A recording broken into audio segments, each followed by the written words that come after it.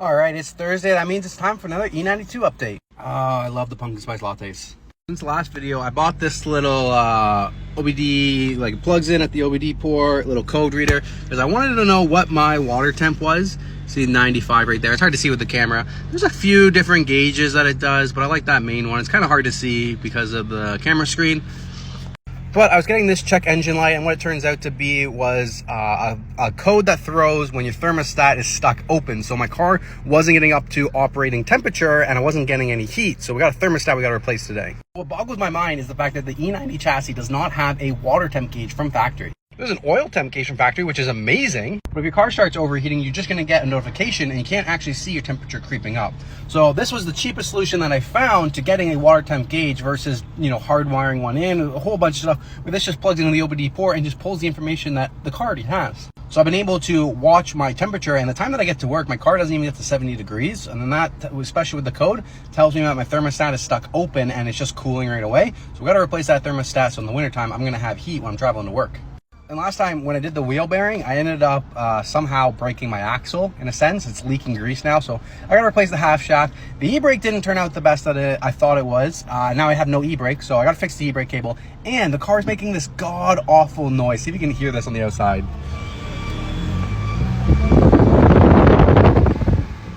It's like this squealing. It sounds like the parking dust, the brake dust pad is grinding, or the e-brake or something. So we gotta jack it up, spin some tires, and figure out what this noise is. Probably by replacing the half shaft, fixing the e-brake system, the noise will probably be solved.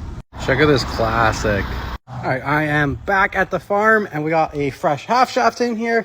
I got the thermostat. I also picked up some coolant at work. We have another oil catch can. Hopefully this one's a little better. And I have the e-brake cable. So let's try and get it all back together. Also decided I'm gonna lower the ride height of probably another inch in the front. It's like tucking the rear wheel there. It was higher than I dropped it an inch, but I think we could do another inch, maybe an inch and a half drop on the front. Another task on my to-do list is to get my aux cable back, because I was messing around and then the whole aux thing just dropped in there and I haven't been able to fish it out. So hopefully when I'm fixing the e-brake cable, I'll be able to fix that up. Yeah, I just got the wheel off. It looks like the dust shield is bent right here, and that's probably my god-awful noise. Still making noise, so it must be something else. Okay, now that the rotor's off, it's nice and quiet, and you can see rubbing here, but a lot of rubbing down here, and that's probably where a majority of the noise was coming from. In hindsight, that's actually pretty good, because the half shaft wasn't actually making the noise, so we're spitting out all this grease from the damage I'd done when replacing the wheel bearing, and I wouldn't have known it if I didn't accidentally bend the dust shield.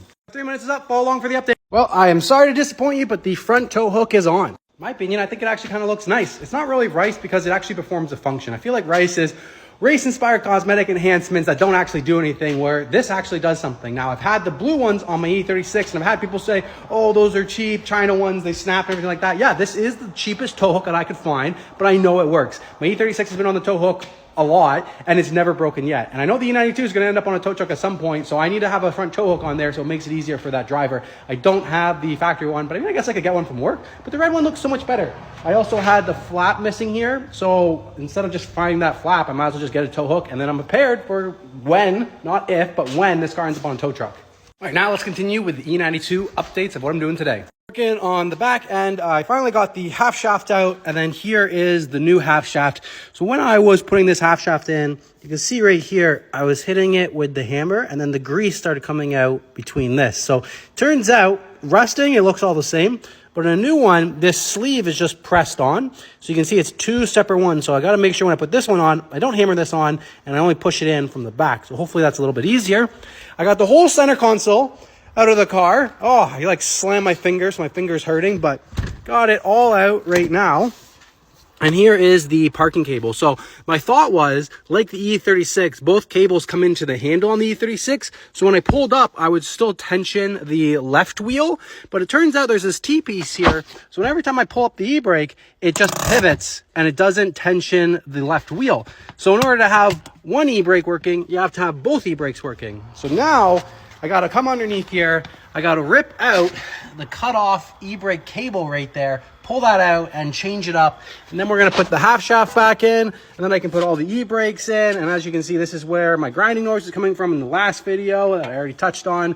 And yeah, you can see how much grease was underneath here over all of the components down here leaking out of that half shaft. And this bolt is just covered in grease. Overall, it hasn't been too hard. I think getting that e-brake cable out is going to be a pain in the butt, so hopefully that doesn't take me too long. If I can get all this stuff done, then I can lower the front ride height and I can do that thermostat. Took me a little bit, but I got the e-brake cable out. She's right there. It was where it seized in underneath. Sure was hard to get out, but as you can see, I almost broke it apart just trying to get it unseized. Okay, so the brand new e-brake cable is in. Oh, I got a mess of tools here. Just finished up with the pads. I got the pads in now. E-brake is connected underneath here. Now it's time to put the new half shaft in and tighten it all up. Okay, it's all back together. All the suspension arms are bolted down. Axle is bolted down. Brakes are in. And the e-brake, boom, it works. Made sure the dust shield isn't touching and it's quiet.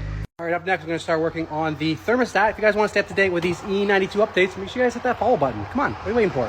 I no longer know if it's actually a good thing that I'm fixing up this 335i. Every Thursday, I'm here for like 8-10 hours of labor. This was not a trade-in at my dealerships. Cars this old really don't get traded in that often anymore. This was a Kijiji find. I can have the dealership do it, but I'm paying labor. Even at a discounted rate, it doesn't make sense to pay anybody to do something that I can do. I'll only pay the shop to do stuff like alignments and other stuff that I can't actually do, or like tires and everything like that. And since I am in sales and I'm not a mechanic, I can't use the hoist. If I was a mechanic, I think their mechanics are allowed to use the hoist after their shifts or something like that. But since I'm in sales, I'm not allowed in that shop. Okay, let's get into the update. So I just finished replacing the half shaft, fixing the e-brake.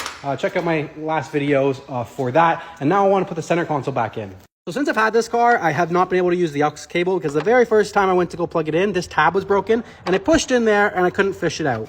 So now we finally have it. I think I might just leave it like that. I did find that this switch is so that you can have a heated cup holder. You see these vents here?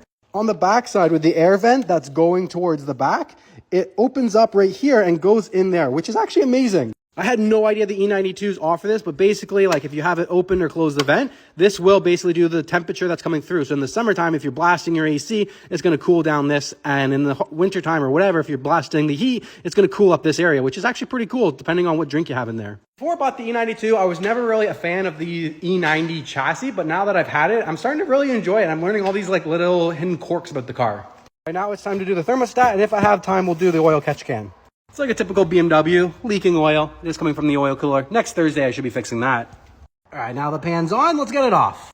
Okay, so I got the under tray off, and it's 6:30. I'm thinking I want to go home. As you can see, the oil cooler leak is very bad. Like, I got oil everywhere down here. So it'll be very good. Like, it's dripping right away. Like, it's soaking all this oil. And before I started driving it, all this oil was gone. I had cleaned up all of it. So really want to get that oil cooler in so that I can do this next Thursday, and then no more leaking oil on this car. But yeah, it's leaking a lot. I'm thinking I'm not going to do the thermostat because I got to remove the fan in order to pull that thermostat. Hard to see it, but it looks like I will need to remove the fan. In order to do that, I got to remove all the stuff up here, so I'm just going to hold off. Before I actually took off the under tray, I put the interior trim back together. This took me like 45 minutes, so it's pretty late now. But this carbon wrap over top of the silver, it's a lot blacker. It's pretty cheap. I apparently suck. I got air bubbles everywhere. I do have there's more to do. All the silver inside the car, replace all of that stuff. We'll do that another day.